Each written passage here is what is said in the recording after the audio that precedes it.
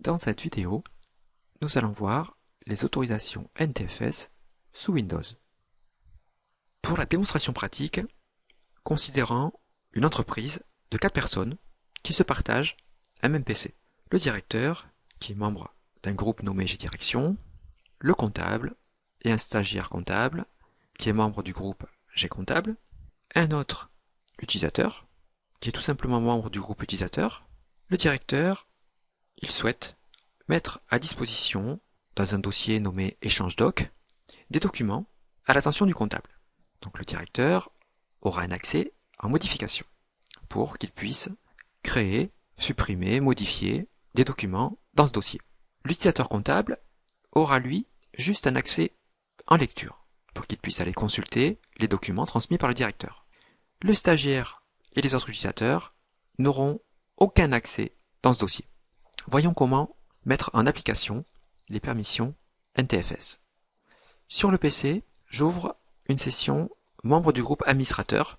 J'ai créé préalablement, dans la gestion de l'ordinateur, dans la partie utilisateurs et groupes, les utilisateurs, autres utilisateurs. Si on double-clique dessus pour afficher ses propriétés et si on choisit membre 2, on voit que l'utilisateur autre utilisateur est membre du groupe utilisateur. J'ai ensuite créé le comptable, qui lui est membre du groupe G-Comptable, et par défaut, du groupe utilisateur. J'ai créé l'utilisateur directeur, qui est membre du groupe direction, et aussi par défaut du groupe utilisateur. Et enfin, j'ai créé l'utilisateur stagiaire comptable, qui est membre du groupe comptable et du groupe utilisateur. Il est important, lorsque vous créez l'utilisateur, de mettre des mots de passe à vos comptes. Sinon, les permissions NTFS ne marcheront pas.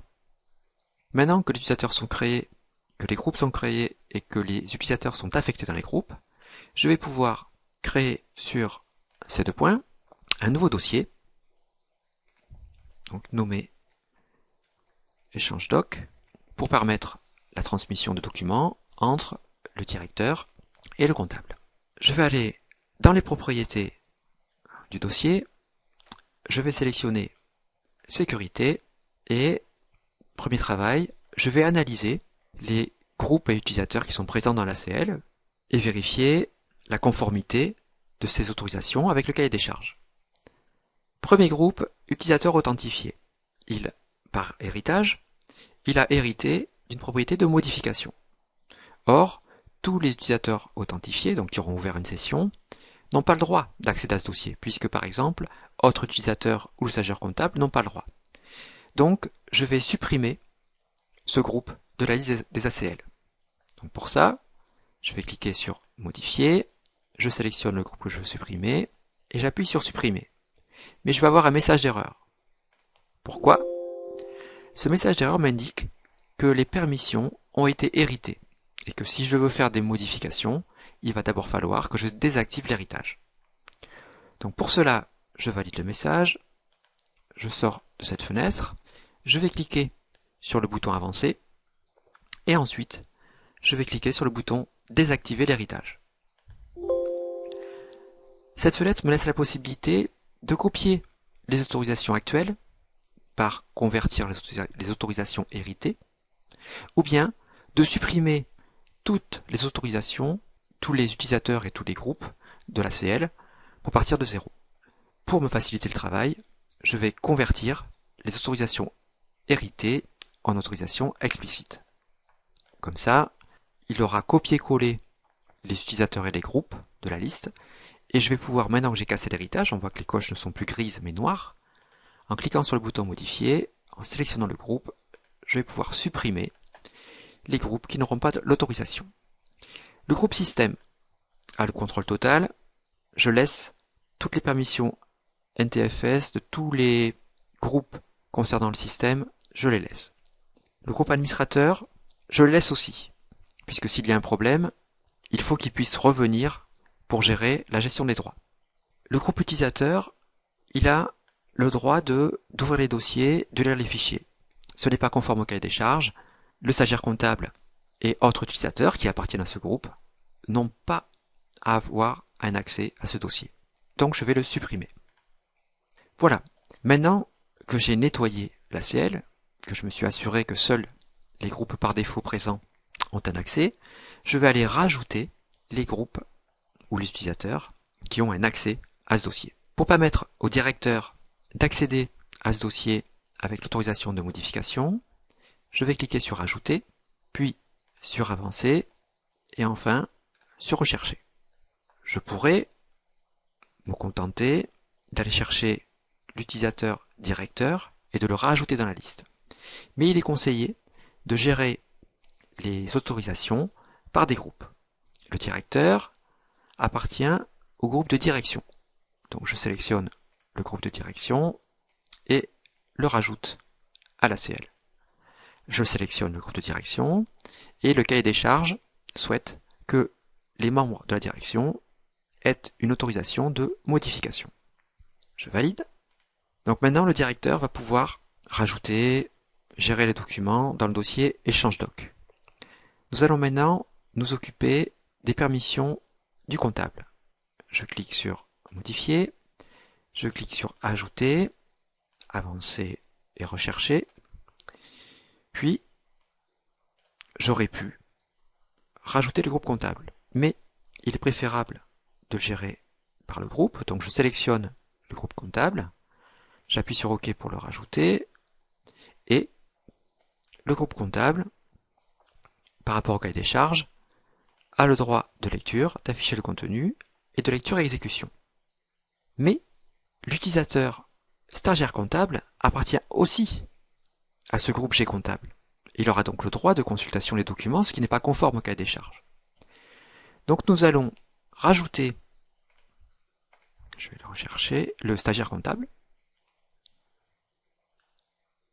Je le sélectionne, je le rajoute, j'appuie sur OK, je le sélectionne. Puisque mon stagiaire comptable est membre du groupe comptable, il a le droit donc de lire, etc. Je vais sélectionner l'utilisateur stagiaire comptable et lui refuser toutes les autorisations. Comme le refus est prioritaire sur les autorisations, même si l'utilisateur stagiaire comptable cumule les droits du groupe comptable, il n'aura aucun accès en raison du refus. Je valide par oui le message. Ne tenez pas compte de ces messages d'erreur. C'est un bug Windows. Vous cliquez sur Continuer autant de fois qu'il faut, puis sur Annuler. Vous validez, continue, et nous allons maintenant vérifier l'application de ces autorisations NTFS. Je vais fermer la session du compte administrateur et ouvrir la session du directeur. Je vais ouvrir le dossier Échange doc. Donc, nous constatons que nous y avons accès. Et je vais créer un nouveau document pour le comptable.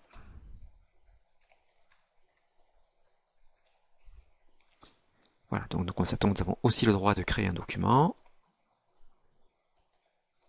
Je tape le document, donc nous constatons que nous pouvons modifier ce document. Je vais créer un autre dossier par exemple, et pour vérifier, je vais le supprimer. Voilà. Nous avons bien les autorisations de modification sur ce dossier. Je vais maintenant me déconnecter et vérifier que le comptable ait bien accès à ce dossier pour consulter. Donc j'ouvre une session comptable. Voilà. Pour vérifier que le comptable puisse ouvrir ce dossier et consulter les documents transmis par le directeur. Donc je vais chercher ce document. Je peux parcourir le dossier et je peux consulter ce dossier. Je vais me déconnecter pour vérifier que le stagiaire ne puisse pas consulter ce document, conformément au cahier des charges. Je vais chercher l'explorateur et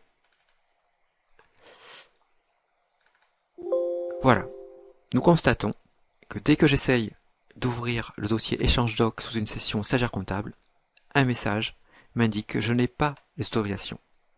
Et si je clique sur le bouton continuer, il me demande un mot de passe d'un compte administrateur. Donc, le stagiaire comptable n'a pas accès à ce dossier, malgré son appartenance au groupe G comptable, car le refus est prioritaire sur l'autorisation. Je vais maintenant vérifier que les autres utilisateurs n'ont pas accès non plus à ce dossier. Donc, je le sélectionne et ouvre sa session. J'ouvre l'explorateur et je vérifie que les autres utilisateurs n'ont pas accès à ce dossier. Voilà. De nouveau, un message m'indique que je n'ai pas l'autorisation d'ouvrir ce dossier. Nous venons de voir dans cette vidéo les autorisations NTFS et leur mise en œuvre sous Windows.